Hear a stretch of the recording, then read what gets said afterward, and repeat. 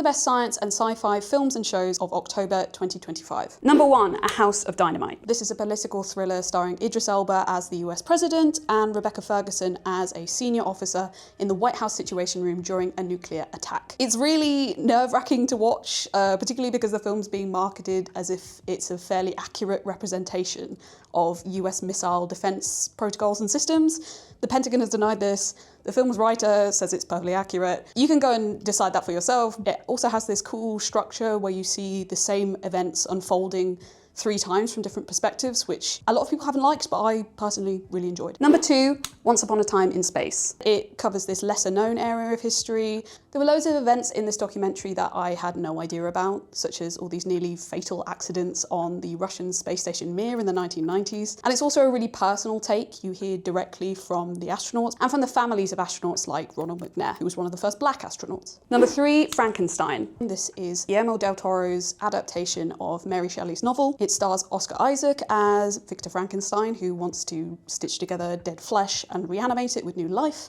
which he succeeds in doing, but then he almost instantly abandons his creature, who's played by Jacob Elordi, and the creature vows revenge, which is a bit of a spoiler, but it's been 200 years, you probably should have read it by now. So this new film adaptation is really overwhelming. It's so over the top and everything visually is so grotesque and beautiful. It's a bit camp, which I don't know whether that was intentional, but I quite enjoyed, especially the little voice that Oscar Isaac does. It's great.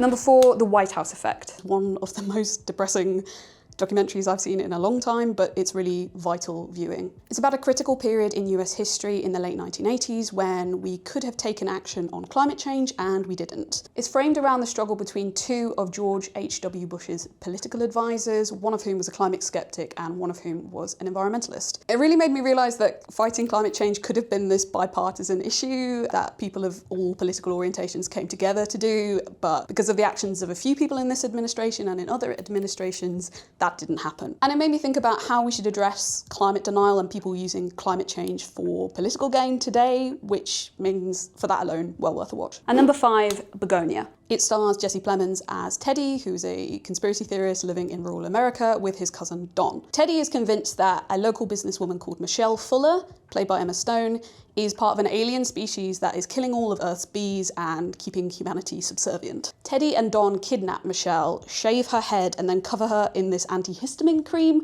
to stop her from escaping their basement, while Michelle tries to talk her way out of it. And this is such a strange, sad film that intersects with all these problems in modern society, things like ecological collapse and conspiracy theories and corporate greed. I have a kind of love-hate relationship with how the film actually plays out